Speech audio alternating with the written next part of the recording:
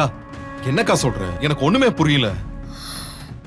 இன்னும் கொஞ்ச நேரத்துல மல்லி இங்க வருவா. என்னை பத்தி இல்லாதது பொல்லாதது எல்லாத்தையும் அடுக்குவா. உன்னை நம்ப வைக்கிற மாதிரி வேற சொல்லுவா. நீதான் அவ என்ன சொன்னாலும் நம்புறியே.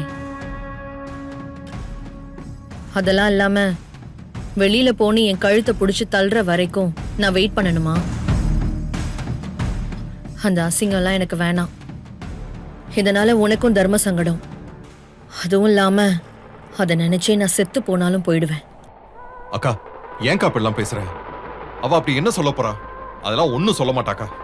பாத்தியா பாத்தியா, இப்ப கூட நீ அவளைதான் நம்புற, அவளுக்கு ஆதரவா தான் பேசுற. அக்கா அப்படி இல்லக்கா. காரணம் இல்லாம அவ ஏன் அப்படி பேச போறா?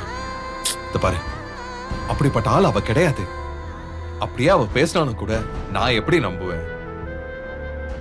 காரணம் இல்லாம இல்ல விஜய். இந்த கேஸ்ல இருந்து உன்னை வெளியில கொண்டு வரணும்னு நான் படாத பாடுபட்டிருக்கேன். அதெல்லாம் யாருக்கு தெரியும்? ஏதோ ரஞ்சிதா கூட மாட இருந்ததுனால அவளுக்கு வேணா கொஞ்சம் தெரியலாம். அக்கா எனக்கும் தெரியும் எவ்வளவு கஷ்டம்னு எனக்கு புரியுது. இப்படி நீ நம்பிடக்கூடாதுன்னு தான் அவ நினைக்கிறா. அவ கஷ்டப்பட்டு உன்னை வெளியில கொண்டு வந்ததாதான் இருக்கணுமா? கடைசியில் அங்கிருந்து போறப்போ அவ என்கிட்ட சவால் விட்டுட்டு போயிருக்கா.